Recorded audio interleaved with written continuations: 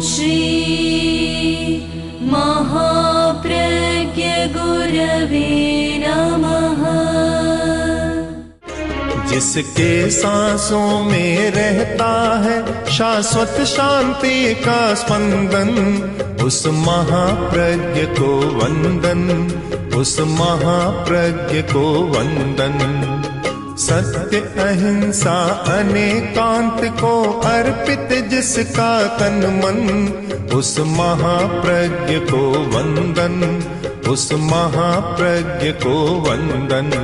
जिसके सांसों में रहता है शाश्वत शांति का स्पंदन, उस महाप्रज्ञ को वंदन, उस महाप्रज्ञ को वंदन।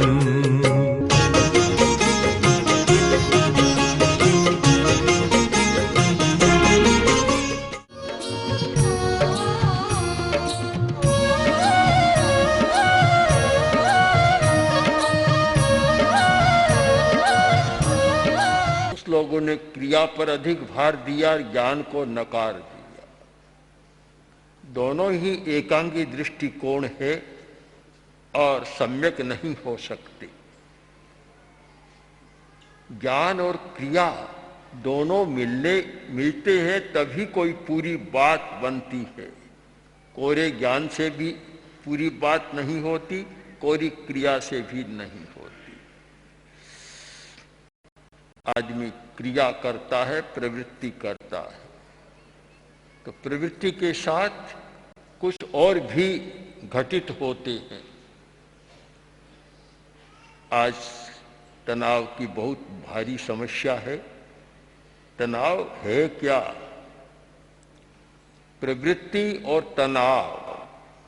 प्रवृत्ति का अर्थ तनाव है। प्रवृत्ति के साथ, हर प्रवृत्ति के साथ तनाव होगा। कोई भी ऐसी प्रवृत्ति नहीं हो सकती कि तनाव न हो। और सही बात तो यह है कि तनाव के बिना कोई बड़ी प्रवृत्ति हो ही नहीं सकती। तनाव तो होगा ही। तो फिर तनाव समस्या क्यों? तनाव जब अतिरिक्त होता है तब तनाव समस्या बन जाता है। सामान्य स्थिति में तनाव एक अपेक्षा है कार्य संचालन की, कार्य संपादन की। तनाव मांसपेशियों का भी होता है, मानसिक भी होता है, और सबसे ज्यादा सूक्ष्म और जटिल तनाव भावनाओं का होता है। भावनात्मक तनाव, इमोशनल टेंशन, वह सबसे ज्यादा भयंकर होता है। अब ये जो फिजिकल टेंशन, शारीरिक तनाव अतिरिक्त हो तो समस्या बनता है। मानसिक तनाव भी सामान्य तो होता है और वह भी अतिरिक्त बन जाए तो समस्या बन सकता है। तो अति सर्वत्र वर्जयेत्, बहुत सुंदर सूक्त है संस्कृत का कि कुछ भी हो अति नहीं होनी चाहिए। अति सर्वत्र वर्जयेत्। अमृत है और अति मात्रा में काम लो तो वह भी जहर बन जाएगा, और जहर है एक सीमित मात्रा में काम लो तो वह अमृत बन जाएगा। अति कहीं नहीं होनी चाहिए। यह विवेक प्रत्येक मनुष्य में होना जरूरी है कि शारीरिक श्रम की भी अति न हो, प्रवृत्ति की भी अति न हो, मानसिक प्रवृत्ति भी अति न हो, अधिक न हो, और भावनात्मक प्रवृत्ति भी अति न हो, अधिक न हो। एक सीमा के साथ हम काम करें तो तनाव की समस्या अपने आप सुलझ जाती है। कुछ भी करने की जरूरत नहीं है। हम सीमा को समझें कि काम करने कोई व्यक्ति बैठा और 6 घंटा लगातार काम करते चला गया तो तनाव स्वाभाविक है। अगर वह प्रेक्षा ध्यान को जानता है या जीने की कला को जानता है तो कार्यांतर कर देगा। कार्यांतर, कार्यांतर तनाव मुक्ति का बहुत सुंदर साधन है। हम लोग जब साहित्य संपादन या लेखन में बैठते हैं तो एक काम लगातार नहीं करते। घंटा, 1.5 घंटा, 2 घंटा कर लिया, बाद में दूसरा काम शुरू कर देते। तनाव नहीं होता। एक ही काम को लगातार 5 घंटा, 7 घंटा, 8 घंटा करते चले जाओ, तनाव पैदा हो जाएगा। तो तनाव से मुक्त रहने का एक सुंदर उपाय है कार्यांतर। दूसरा तनाव से मुक्त रहने का है कि 2 घंटा के बाद विश्राम। विश्राम के अनेक प्रकार है। 2 घंटा काम किया और 5 मिनट कायोत्सर्ग कर लिया, तनाव का रेचन हो जाएगा, तनाव नहीं रहेगा।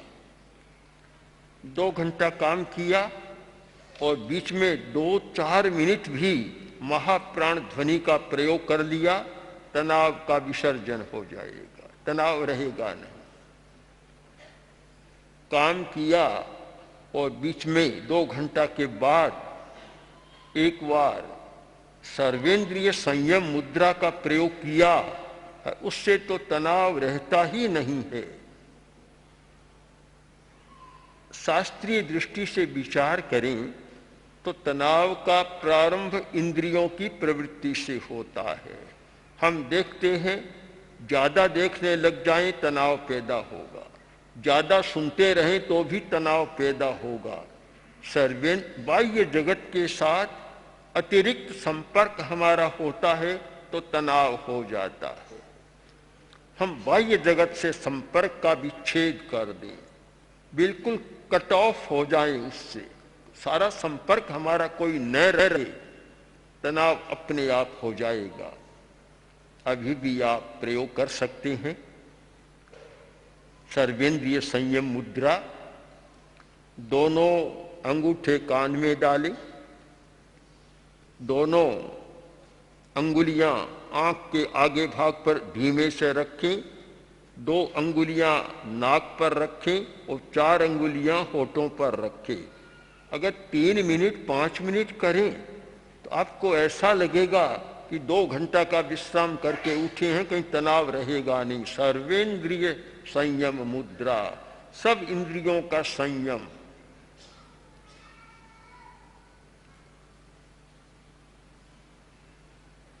दो अंगूठे कानों में, 2 अंगुलियां आंख के अग्रभाग पर कोमलता के साथ, 2 अंगुलियां दोनों नथुनों पर, और जब श्वास लेने की जरूरत हो तो 1 अंगुली को हटा दें और फिर बंद कर दें, और 4 अंगुलियां होठों पर। हाँ, बस प्रयोग संपन्न करें। तो तनाव न हो उसके लिए महाप्राण ध्वनि का प्रयोग भी बड़ा महत्वपूर्ण है। जहां भी तनाव आया, 2-3 मिनट महाप्राण ध्वनि का प्रयोग कर ले, तनाव नहीं रहेगा। अभी कर सकते हैं, करा दो।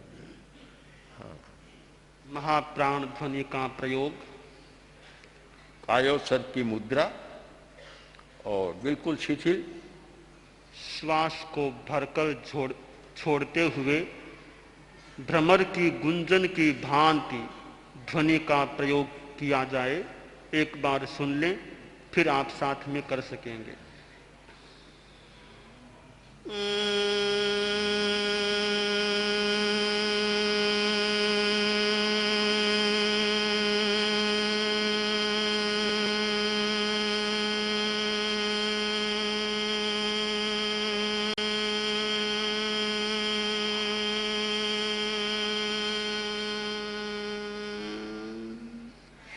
श्वास भरें, ध्वनि का प्रयोग करें छोड़ते हुए।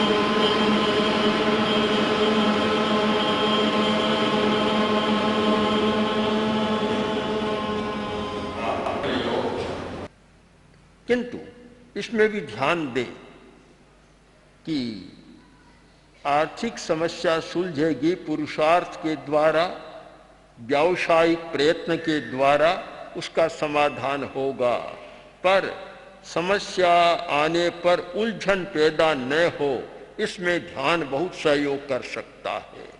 समस्या आ गई, अगर आप उलझ गए तो समस्या और सताने लग जाएगी, सुलझना भी कठिन हो जाएगा। और समस्या आई, सुलझाने का प्रयत्न करें, किंतु बीच में मानसिक उलझन पैदा न करें जिससे कि आपकी हार न हो।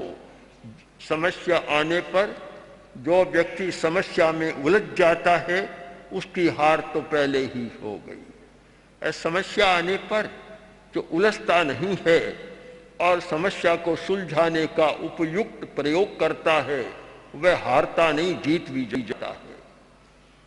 इसलिए दृष्टिकोण का परिवर्तन करें। इसमें दृष्टिकोण का परिवर्तन बहुत सहयोग कर सकता है। हमारा सम्यक दृष्टिकोण हो, अभाव की स्थिति में भी दृष्टिकोण सम्यक हो, न हीन भावना हो, न निराशा हो, सम्यक पुरुषार्थ का कोई मार्ग खोजा जाए और दृष्टिकोण यह रहे कि मैं इस समस्या को सुलझाऊं, स्वयं सुलझाऊं, दूसरों का परामर्श लूं, और अगर समस्या में ही उलझ गए तो आपका मस्तिष्क और भारी बन जाएगा, सुलझाने का रास्ता भी जटिल हो जाएगा। संवेग जनित समस्या बहुत भयंकर समस्या है, तनाव पैदा करने वाली, यानी भावात्मक समस्या संवेग की समस्या है, यह बहुत जटिल है। परिवार में 10 लोग हैं, एक ने कह दिया, भाई ने छोटे भाई को कह दिया कि तू तो बैठा बैठा रोटी खाता है, तुझे क्या जोर पड़ता है। बस इतने में तो तनाव भयंकर हो गया। बहू में होती है, सास ने कह दिया कि निकम्मा बैठी काम कुछ करती नहीं है, रोटी खाती है, तनाव पैदा हो गया। ये भावात्मक तनाव, संवेगात्मक तनाव बड़ा भयंकर होता है, और भयंकर इसलिए होता है कि इसमें आदमी पर सीधा प्रहार होता है, कटु प्रहार। कारण साफ है कि समाज में भाषा के संयम पर, वाणी के संयम पर बहुत कम ध्यान दिया जाता है। मैंने अनेक राजनेताओं से कहा कि आप लोग वाणी का संयम करें, दूसरे दल का जो व्यक्ति है उस पर सीधा प्रहार, व्यक्तिगत प्रहार न करें। नीतिगत समालोचना हो सकती है, किंतु व्यक्तिगत आरोप लगाना, व्यक्तिगत कटु शब्दों का प्रयोग करना, व्यक्तिगत आलोचना करना यह शालीनता नहीं है, और इसका संदेश समाज में भी गलत जाता है कि जब बड़े बड़े लोग ऐसे करते हैं तो हमें क्यों नहीं करना चाहिए। जिन लोगों के हाथ में देश की सत्ता होती है, राष्ट्र की संपत्ति होती है, और वे बड़े लोग भी परस्पर में कटु भाषा का, अश्लील भाषा का या अप्रिय भाषा का खुलकर प्रयोग करते हैं, तो दूसरे लोगों के लिए तो वह आ जाएगा कि ये भी करते हैं तो हम क्यों न करें, बड़े कहलाने वाले भी करते हैं तो हमें क्या आपत्ति है इसमें। बहुत ही गलत संदेश होता है। बहुत आवश्यक है कि बड़े लोग, चाहे संस्थाओं के बड़े अधिकारी, चाहे राजनीतिक दलों के बड़े अधिकारी, एक दूसरे के प्रति अप्रिय और कटु शब्द का प्रयोग न करें, शालीनता का व्यवहार करें। परिवार के लिए भी यही बात है। परिवार में 10-20 सदस्य होते हैं, परस्पर भाषा का प्रयोग कैसे करें, एक बड़ा महत्वपूर्ण विषय है, और ये तनाव को मिटाने का भी बहुत बड़ा साधन है, और संभवतः तनाव पैदा भी नहीं होता। भाषा का विवेक नहीं रहता, प्रयोग कर देते हैं, कटु शब्द बोल देते हैं, और फिर बात बात में समस्याएं पैदा हो जाती है, क्योंकि एक शब्द ऐसा होता है कि चुप जाता है, तनाव पैदा कर देता है। संस्कृत साहित्य में एक प्रसंग आता है कि भोज को महारानी ने मूर्ख कह दिया। राजा भोज गया रानी के पास, रानी किसी से पंडित से, माँ पंडित से बात कर रही थी, किसी पंडित से बात कर रही थी, और राजा गया और रानी ने कह दिया आओ मूर्ख। बस एक शब्द इतना तनाव का कारण बन गया कि भोज को रात भर तो नींद नहीं आई, नींद हराम हो गई कि मेरी रानी और मुझे कह दिया आओ मूर्ख कह दिया। अब एक मूर्ख शब्द कितना भयंकर बन गया, तनाव का कारण बन गया। एक एक शब्द ऐसा तनाव का कारण बनता है। इसीलिए है कि प्रत्येक शब्द को तोल कर बोलना चाहिए, पहले तोलो और फिर बोलो।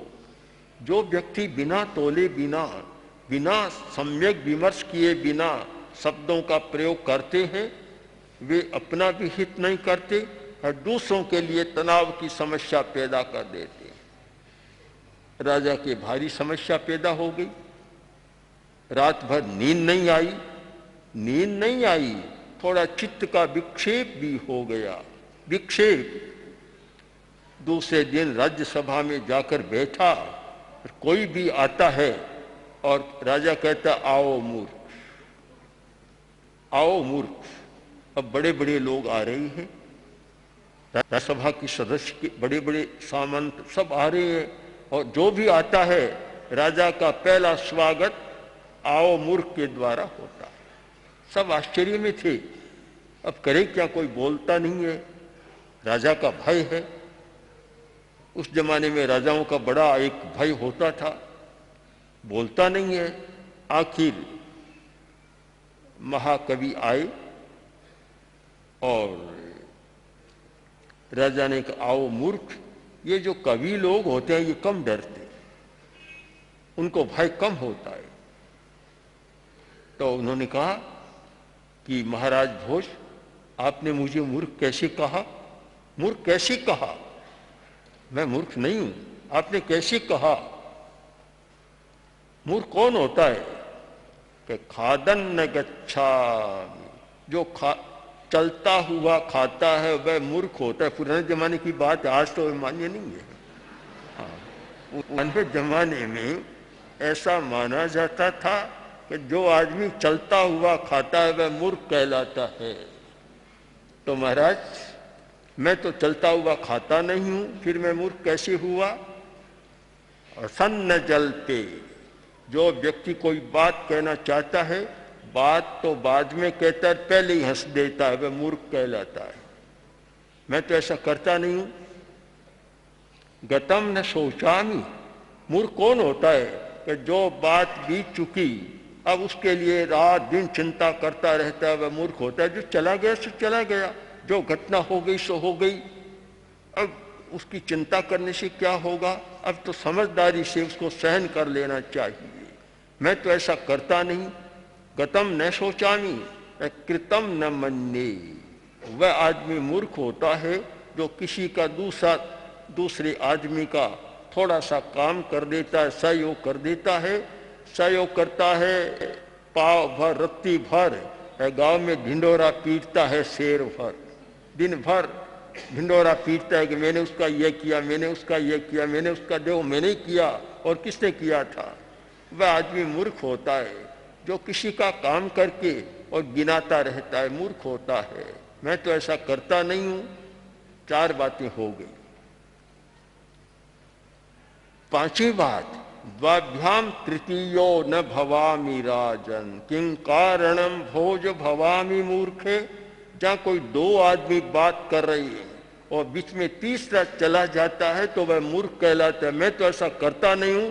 राजा ने दोनों कान पकड़ लिए। हाँ, महारानी पंडित जी के साथ बात कर रही थी और मैं तीसरा बीच में चला गया, इसीलिए महारानी ने कहा कि आओ मूर्ख। अब कांटा निकल गया, बात दिमाग हल्का हो गया। तो एक शब्द ने कितना तनाव पैदा कर दिया, भारी तनाव पैदा कर दिया। नींद नहीं आई सो नहीं आई, पर बड़े बड़े लोगों को मूर्ख और बना दिया, सारी राज्यसभा के सदस्यों को मूर्ख बना दिया। इतना तनाव पैदा हो गया। एक शब्द कितना तनाव पैदा कर देता है। इसका क्या उपाय? दोनों तरफ से चले। पहली बात तो यह है कि हर व्यक्ति को भाषा का विवेक रखना बहुत जरूरी है, बोलने का संयम करना बहुत जरूरी है। ऐसा कोई भी शब्द किसी को न कहे जिससे सामने वाले व्यक्ति में तनाव पैदा हो जाए। शायद तनाव को मिटाने का, लड़ाइयों को कम करने का सबसे ज्यादा शक्तिशाली साधन है तो वह है वाणी का संयम, वाणी का विवेक। आश्चर्य की बात है कि बड़े बड़े लोग भी वाणी संयम को निभा नहीं पा रहे। आश्चर्य की बात है। आज ही हमने समाचार पत्र में पढ़ा कि भारत के प्रधानमंत्री ने कहा कि राजनीति में वाणी का शालीनता का प्रयोग होना चाहिए। मुझे अच्छा लगा। आरोप प्रत्यारोप न हो, व्यक्तिगत तो हो ही नहीं। प्राचीन परंपरा भारतीय संस्कृति थी कि संसदीय परदोषम न प्रकाशयेत्। सभा के बीच में या जनता के बीच में दूसरे के दोष का प्रकाशन नहीं करना चाहिए। ये कोई दोष सुधारने का तरीका नहीं है। दोष को सुधारने का तरीका तो यह है कि जिस व्यक्ति में कोई गलती, दोष मालूम पड़े, त्रुटि मालूम पड़े, उस व्यक्ति को एकांत में जाकर कहो कि भाई ये तुम्हारा काम ठीक नहीं, तुम इस पर चिंतन करो। आचार्य भिक्षु के शब्दों में है कि किसी में गलती देखे तो न तो गलती करने वाले को धनी को कहता है, न उसके गुरु को कहता है, लोगों के सामने बकवास करता रहता है। उस व्यक्ति का विश्वास कैसे हो सकता है? तो एक बहुत बड़ा कारण है समाज में तनाव पैदा होने का वाणी का असंयम। एक व्यक्ति किसी बड़े नेता की आलोचना करता है, पूरे दल में तनाव पैदा हो जाता है, कभी कभी पूरे राष्ट्र में तनाव पैदा हो जाता है। इसलिए सब जगह तनाव ध्यान के द्वारा ही नहीं मिटता। संयम भी बहुत बड़ा साधन है। संयम, अगर संयम होता है तो स्वयं में भी तनाव नहीं होता और दूसरे में भी तनाव पैदा नहीं करता। तो ये संवेगों के तनाव यानी कषाय बहुत बड़े तनाव का कारण है। जिस व्यक्ति का कषाय शांत है, तनाव पैदा नहीं होता। हमारी दृष्टि में दो प्रकार के लोग होते हैं, एक स्वतंत्र चेतना वाले लोग और एक यांत्रिक चेतना वाले लोग। कठपुतली की तुलना जिनसे की जा सकती है। ऐसे लोगों का जीवन बड़ा विचित्र होता है। अगर कोई दूसरा चाहे तो 1 मिनट में उनको राजी कर, थोड़ी प्रशंसा करो, राजी हो जाएगा। और 1 मिनट में नाराज कर दे, थोड़ी निंदा करो, कटु शब्द कह दो, इतने में गर्म हो जाएगा। उनका स्वतंत्र कोई अस्तित्व नहीं होता। एक प्रकार से कठपुतली का जीवन जीते हैं। और वे लोग होते हैं जिनमें कषाय की प्रबलता है, संवेगों पर अपना नियंत्रण नहीं है। वे लोग ऐसा व्यवहार करते हैं। जिन लोगों को अपने संवेगों पर नियंत्रण है, वे कभी कठपुतली नहीं बनते, दूसरे की हाथ की कठपुतली नहीं बनते। अपने भाग्य की डोर दूसरे के हाथ को में नहीं देते, अपने हाथ में रखते हैं।